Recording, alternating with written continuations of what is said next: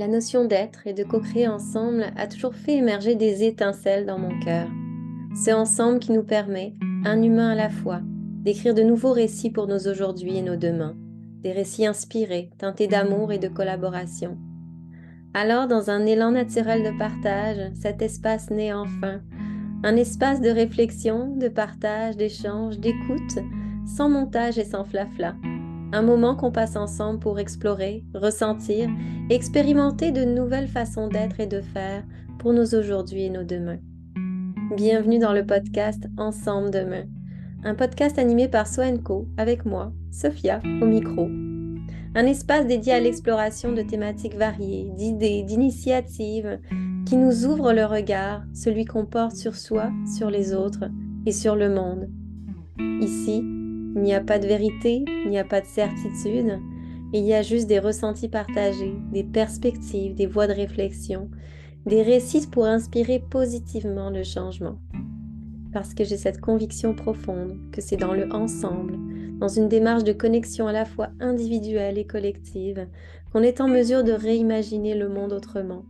Un monde plus humain, plus juste, plus en santé, plus vivant.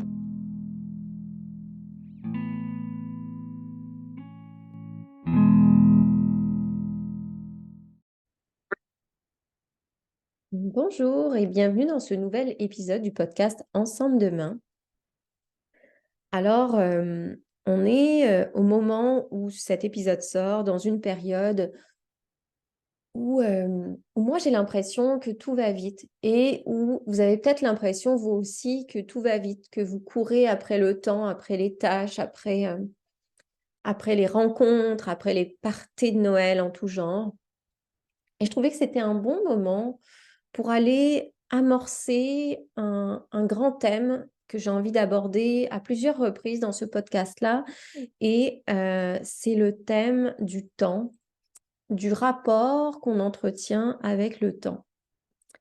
Le temps parce qu'on remarque tous autour de nous comme on court constamment après le temps, comme il nous file entre les doigts et qu'on se répète sans cesse j'ai pas le temps, je manque de temps. Et si j'avais plus de temps? Et je parle pour moi ici aussi parce que j'ai souvent eu cette sensation de sans cesse courir, et je l'ai encore d'ailleurs, cette impression à des moments spécifiques, à des moments de l'année aussi, où socialement ça s'accélère, cette impression que tout passe plus vite, que le temps s'est accéléré, qu'il y a quelque chose aussi qui cloche dans ma manière d'aborder la notion de temps. Alors, si je m'en vais dans le ressenti face au temps, notamment dans cette période-ci, euh, et justement, qui, finalement qui nous invite à clôturer l'année d'une certaine manière, selon nos attentes, selon les attentes de la société, bah, si je m'en vais dans mon ressenti, en ce moment, je ressens comme un vertige face au temps qui m'assaille encore tellement souvent. Puis, je parle à mes collègues entrepreneurs ou intrapreneurs d'ailleurs, puis je remarque comme on est tous en train d'essayer de gérer notre temps, d'alléger notre agenda ou de le remplir un peu plus. Euh, on est encore débordant de tâches ou d'accomplissements, donc on planifie autant qu'on peut à la minute, à la seconde, pour voler un petit bout de temps, un petit bout de temps pour soi, un petit bout de temps pour les autres, un petit bout de temps parfois pour le rien aussi.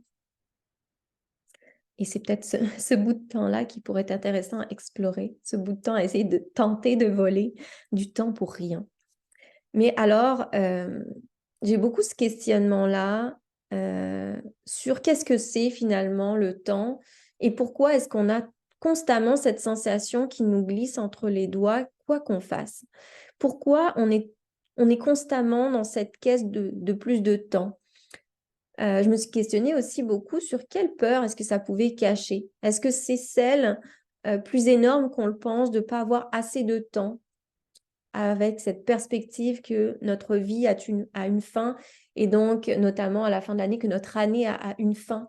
Est-ce que ça marque une, une fin qui nous fait tellement peur qu'on a besoin de contrôler le temps qui nous reste? Alors c'est un peu les questionnements que j'avais en, en réfléchissant justement à cet épisode, en allant dans le ressenti, puis aussi, même au fil des dernières années, un peu à ma quête très personnelle de mon rapport au temps, de mon rapport au rythme, de mon rapport à moi-même et au monde. Donc, est-ce que c'est vraiment une affaire de gestion du temps qui est analysée plus profondément ou plus un enjeu justement de rapport au temps? Donc, il y a le temps et il y a le rapport au temps, ce qui est très différent, qui serait peut-être intéressant à observer et peut-être à tenter de transformer dans nos quotidiens. Parce que la réalité, puis je pense on la constate tous, c'est qu'on n'est pas vraiment en capacité d'échapper au temps, de gagner face à la bataille du temps. Et il y a une phrase d'Augustin dans les Confessions qui nous dit « Qu'est-ce donc le temps? Si personne ne me le demande, je le sais. Mais si on me demande, mais si on me le demande et que je veuille l'expliquer, je ne le sais plus. » Et donc, dans cet épisode, j'ai envie de nous amener donc, dans ce rapport au temps, dans ce qu'est le temps, tout en sachant bien pertinemment que c'est une notion tellement complexe à définir simplement, à vulgariser, que ça va simplement être une prémisse de réflexion. Puis, de toute manière, je répète que je suis aucunement une experte, donc ça vient davantage de ma propre perception de ce rapport au temps, mon expérience personnelle, les ouvrages que j'ai pu découvrir, les auteurs que j'ai pu découvrir. Donc, puisque le temps qui passe, qui file, c'est beaucoup une affaire de perception, de ressenti, j'avais aussi envie de nous amener là-dedans. Alors déjà, j'avais envie de nous amener, peut-être là, juste dans l'instant, si on revient dans cet instant-là, peut-être de vous poser cette question-là. Est-ce que dans votre journée, aujourd'hui, ou alors dans les derniers jours, dans les dernières semaines, vous avez nommé cette phrase-là que j'ai nommée au début, « j'ai pas le temps ». Est-ce que ça vous est arrivé? Et si ça vous tente, prenez justement ce fameux temps pour faire le point là-dessus. Est-ce que vous l'avez dit aujourd'hui, hier, la semaine passée? Et si vous tentiez justement de noter ou de compter le nombre de fois dans les prochains jours, vous aurez ce réflexe de répéter cette phrase à nouveau. Je pense que ça peut être intéressant de s'observer dans cette dynamique face au temps. Donc le temps, vous l'aurez compris en fait dans ce que je rabâche depuis tantôt, c'est que pour moi, c'est à peu près impossible à définir. Parce qu'au jour 1 de nos vies, le temps commence à s'écouler, à avancer, quoi qu'on fasse, et il continue à faire son bout de chemin, quoi qu'on essaye de faire pour le rattraper.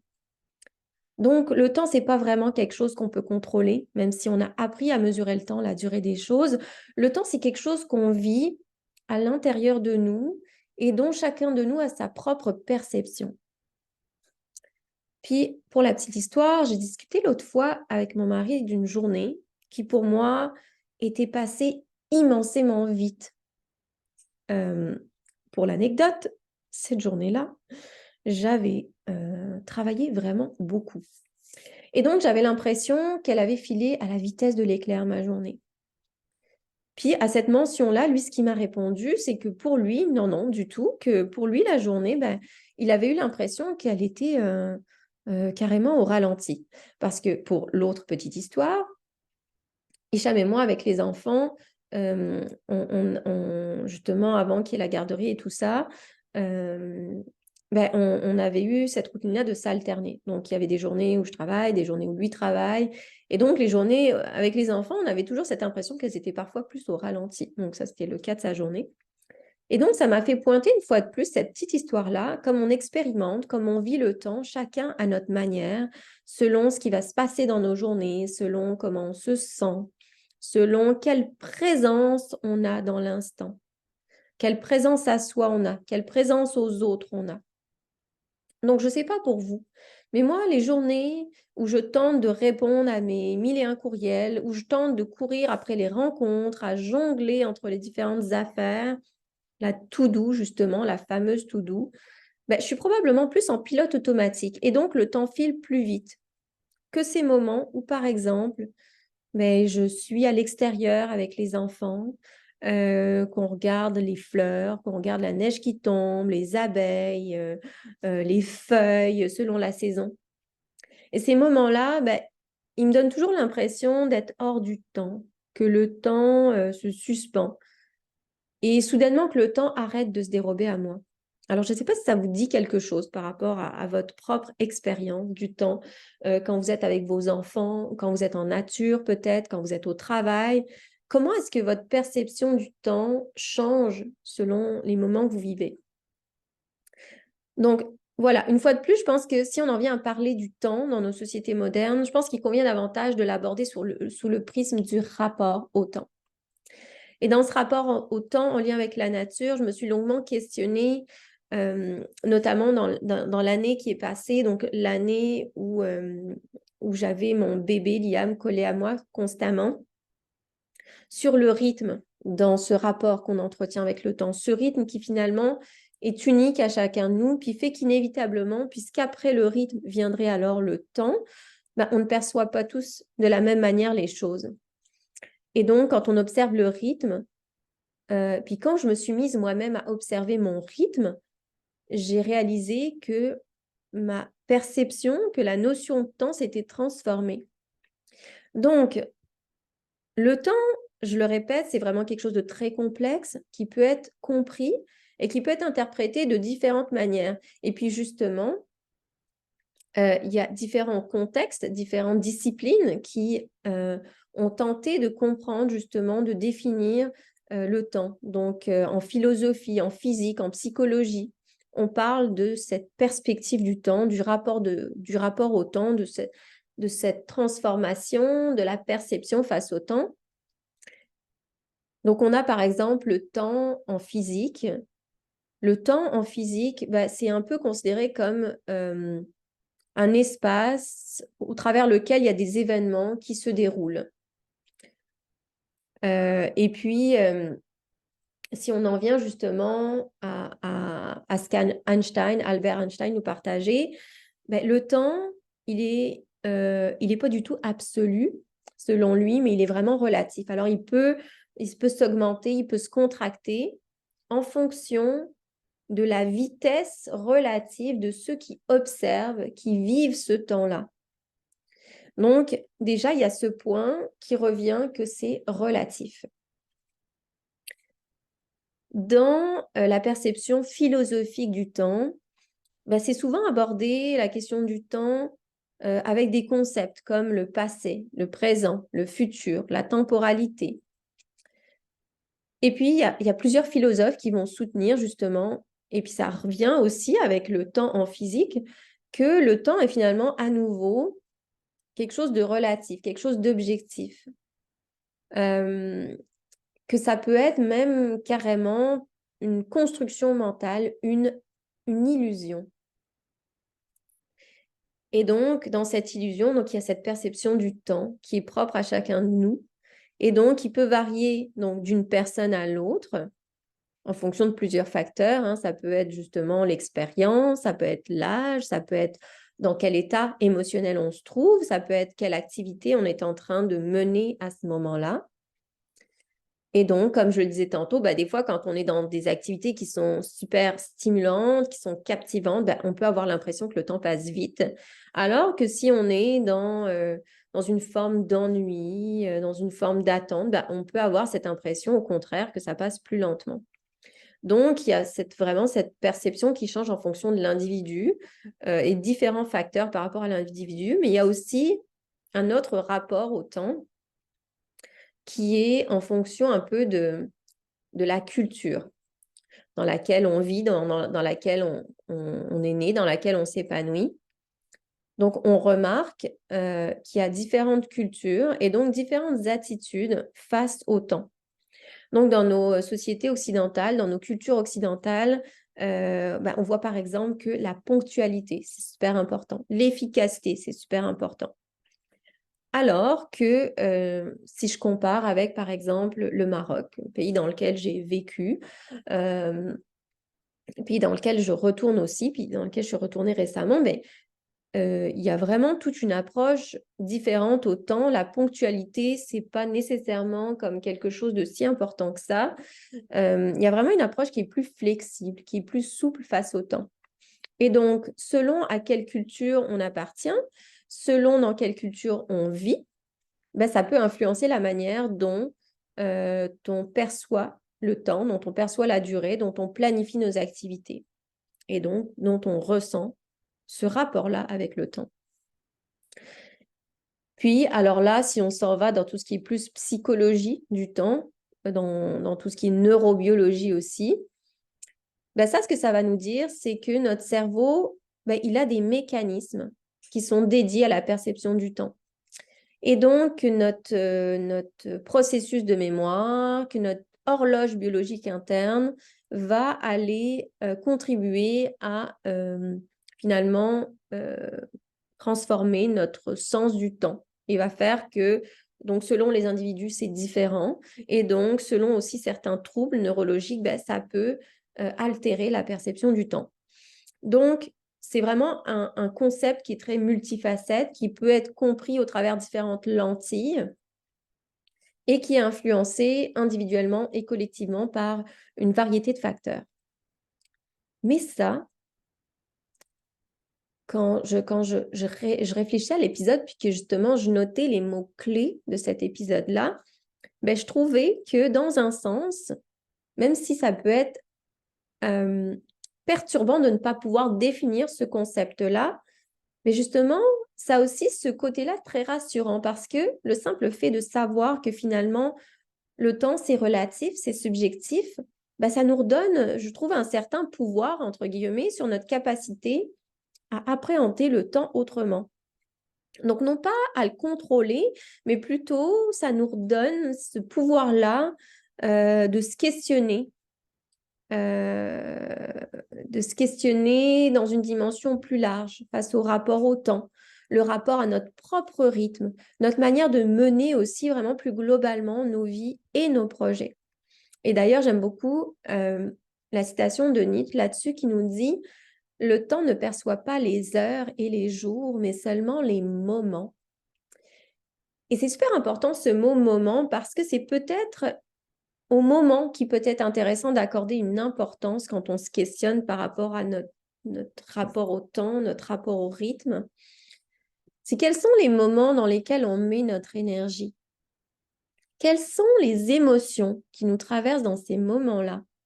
Et justement, comment notre perception du temps qui passe se transforme à chacun des moments qui rythment nos journées? Puis, ben, j'ai écrit un petit texte un peu pêle-mêle que j'avais envie de vous partager. Ok, bon, excusez, ça peut être un peu étrange comme texte. Au fil des jours qui s'entremêlent, nous nous trouvons emprisonnés dans le doux tumulte du temps.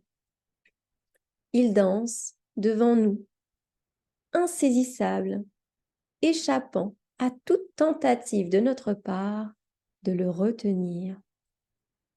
Le temps, cette grande énigme qui nous guide à travers la beauté de nos vies, tissant des histoires dans le grand univers. Et les saisons, ces poètes muets du temps, qui nous démontrent ces tableaux éphémères selon les saisons. Ce printemps qui éclot comme un renouveau, qui réveille les cœurs, qui réveille la terre engourdie. L'été qui enflamme notre cœur de créativité, qui nous éveille à la magie, qui nous donne envie d'agir. L'automne et sa mélancolie, cet automne qui répand des feuilles dorées sur le sol. Et finalement l'hiver qu'on vit en ce moment, qui sculpte au travers la glace et qui semble figer le monde dans une symphonie silencieuse. Chaque tic-tac de nos montres qui résonne comme une note dans une mélodie fabuleuse. Une invitation à plonger dans la magie de l'instant présent. Mais le temps, tel un illusionniste habile, nous égare dans notre passé et dans les promesses de l'avenir. perdus dans le passé, perdus dans le futur, et les souvenirs, comme des éclats de moments colorés, scintillent dans la pénombre de nos pensées. Et nos rêves, ces étoiles qu'on regarde au loin, qui nous guident vers un horizon inconnu.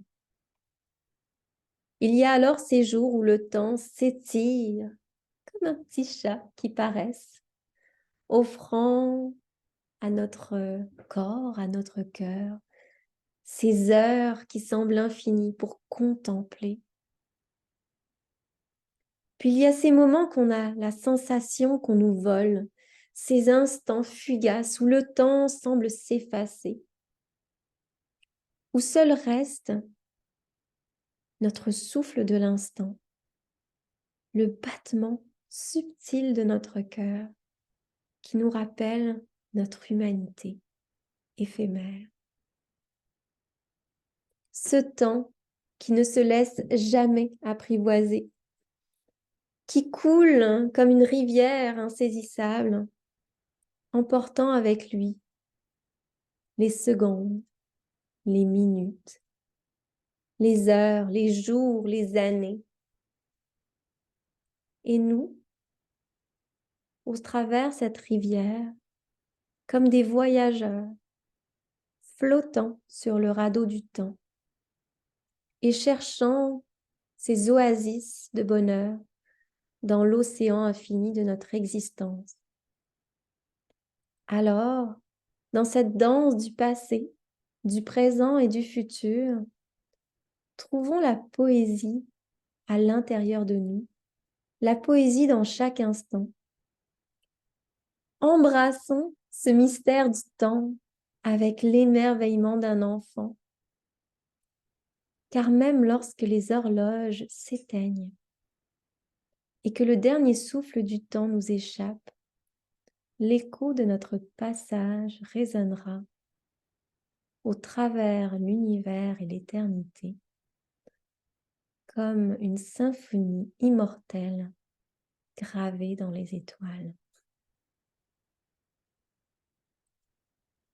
Alors, je pense que ce que j'avais envie d'exprimer dans ce texte, c'est toute la poésie face au temps, tout le mystère face au temps, et finalement ce rappel à nouveau que le temps ne peut pas être saisi, même si on a parfois l'impression qu'il existe dans l'espace, au travers des moments de nos journées, parce que le temps, on ne peut pas le toucher. Et que je pense que notre manière de contrôler le temps a été de la mesurer selon des balises établies, d'établir la durée des choses, des minutes, des heures. Et c'est quelque chose qu'on a créé en tant qu'humain, en tant que société. Puis là, si on va oublier alors cette perspective du temps, cette définition du temps, un instant, qu'est-ce qui fait que dans les années qu'on vit, on a sans cesse l'impression que le temps passe de plus en plus vite? Pourquoi est-ce que notre perception du temps, notre rapport au temps s'est accéléré?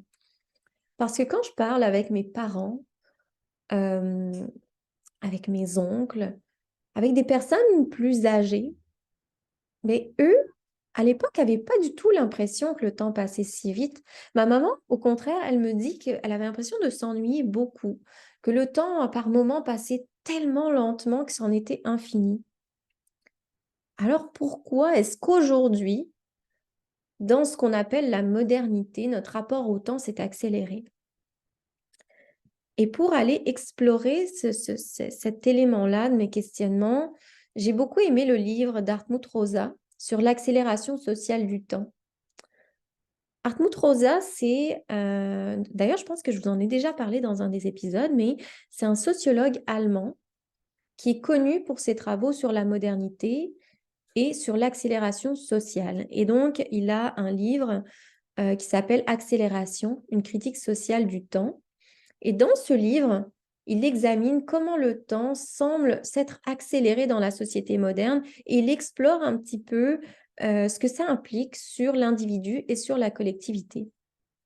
Et pour lui, cette accélération sociale, elle se produit à 3 niveaux. Alors, ce qu'il va d'abord nommer dans un premier temps, c'est toute l'accélération technique.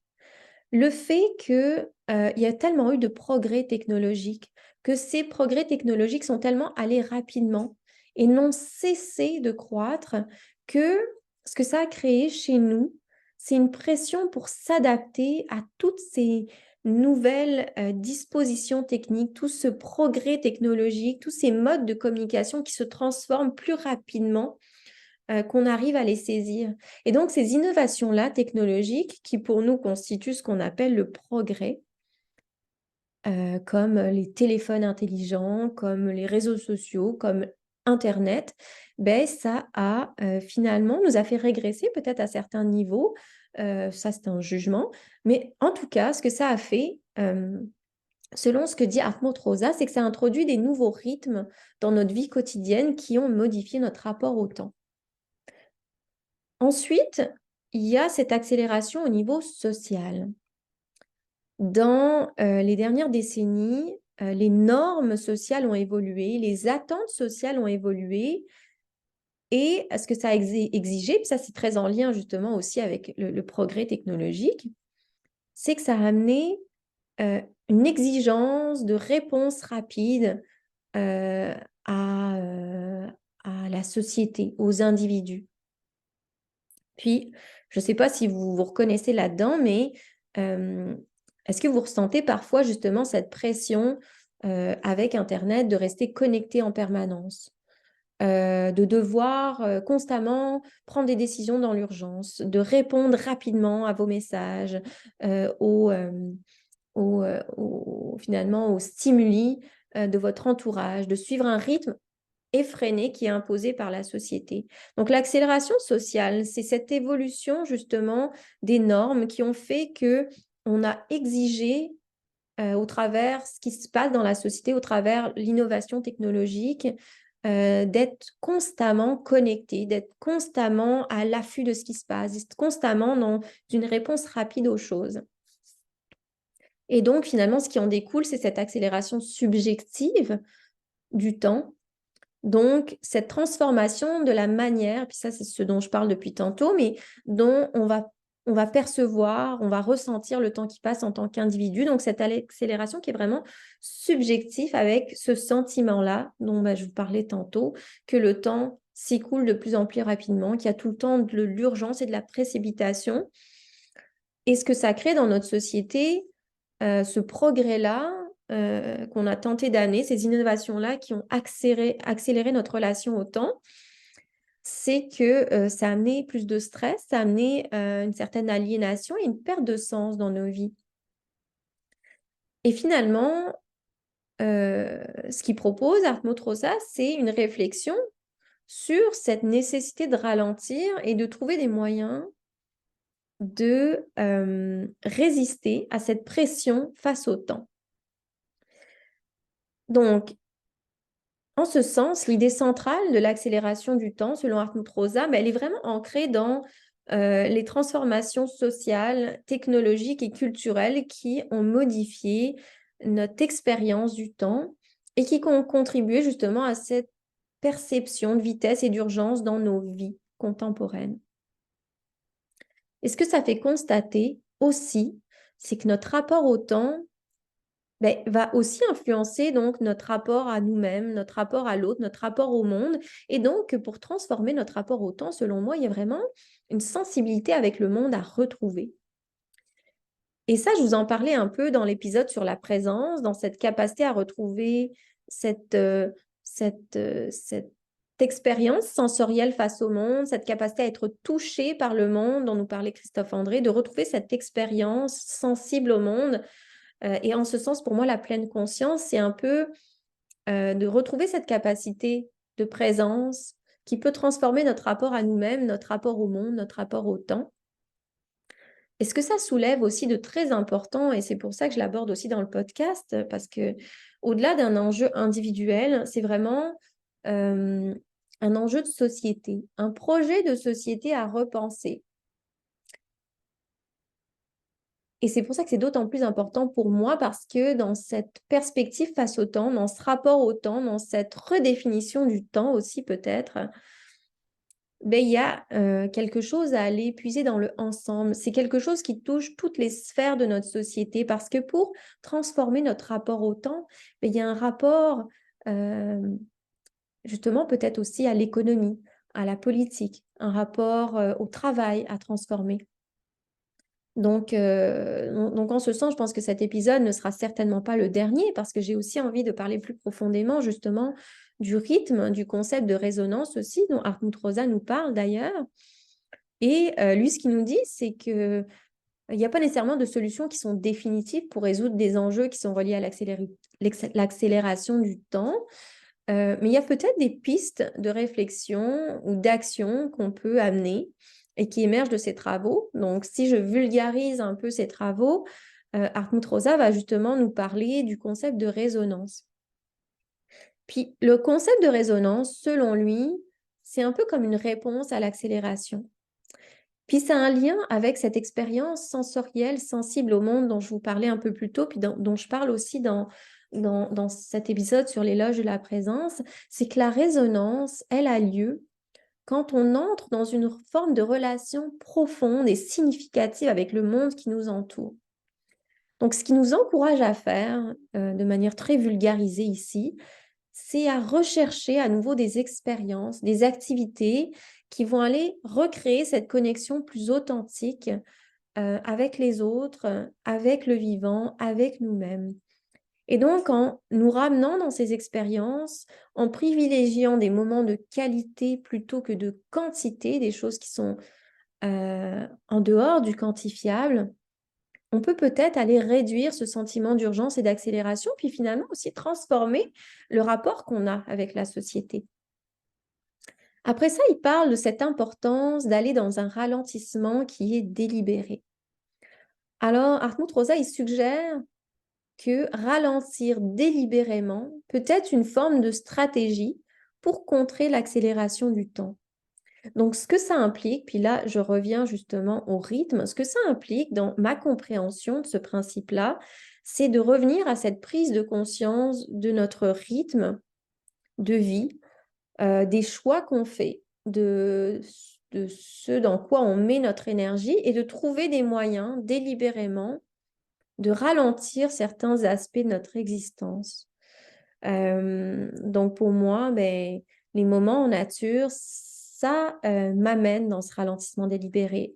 Les moments de méditation, que ce soit de la méditation formelle ou informelle. Les marches aussi, le fait de marcher. Ou simplement de choisir intentionnellement de ralentir les activités qui rythment notre quotidien. Dans un autre aspect, ce qui va aborder Rosa, c'est vraiment toute l'éthique autour de la relation. Donc, de développer une forme d'éthique dans notre relation avec le temps et avec l'environnement peut nous aider à atténuer certains problèmes qui sont liés à l'accélération. Et donc, c'est un peu cette interrelation avec les différentes sphères de notre société dont je vous parlais un petit peu plus tôt.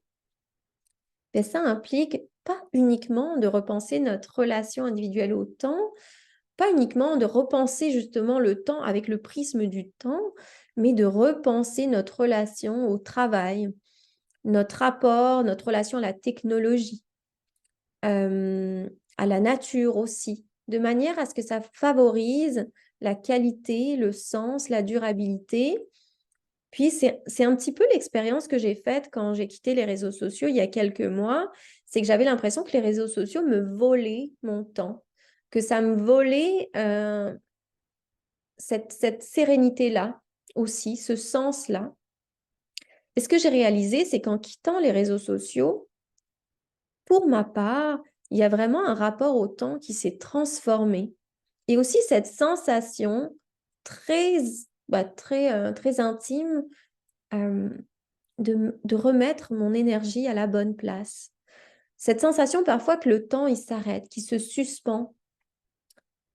Parce que sur les réseaux sociaux, j'avais l'impression que ça allait tout le temps très, très vite. Donc vraiment, c'est un rapport à plusieurs sphères de notre vie, de nos sociétés, qui est quelque chose à repenser. Donc c'est vraiment en ce sens, à nouveau, un projet de société, un projet où il y a vraiment une interrelation, une interdépendance entre toutes les sphères de nos vies qu'on a tendance à compartimenter. Il y a aussi la reconsidération donc de nos priorités. Et donc là, je peux revenir aussi aux réseaux sociaux. Quand j'ai décidé de quitter les réseaux sociaux, quand je me questionnais là-dessus, il a été question de réévaluer mes priorités. Donc, en ce sens, c'est super important de prendre soin, de réévaluer nos priorités et parfois complètement de remettre en question les normes sociales qui nous poussent à faire certaines choses, qui nous poussent à accélérer. J'étais sur les réseaux sociaux, puis j'avais intégré que c'était la norme d'être sur les réseaux sociaux en tant qu'entreprise, que j'allais échouer en tant qu'entreprise ou même en tant qu'humaine, que j'allais disparaître si je les quittais. Et ça a été justement de quitter les réseaux sociaux, puisque je prends cet exemple-là, une façon de remettre en question ces normes-là sociales que pour communiquer, que pour entreprendre, il fallait être présent sur le web, qu'il fallait être dans le numérique.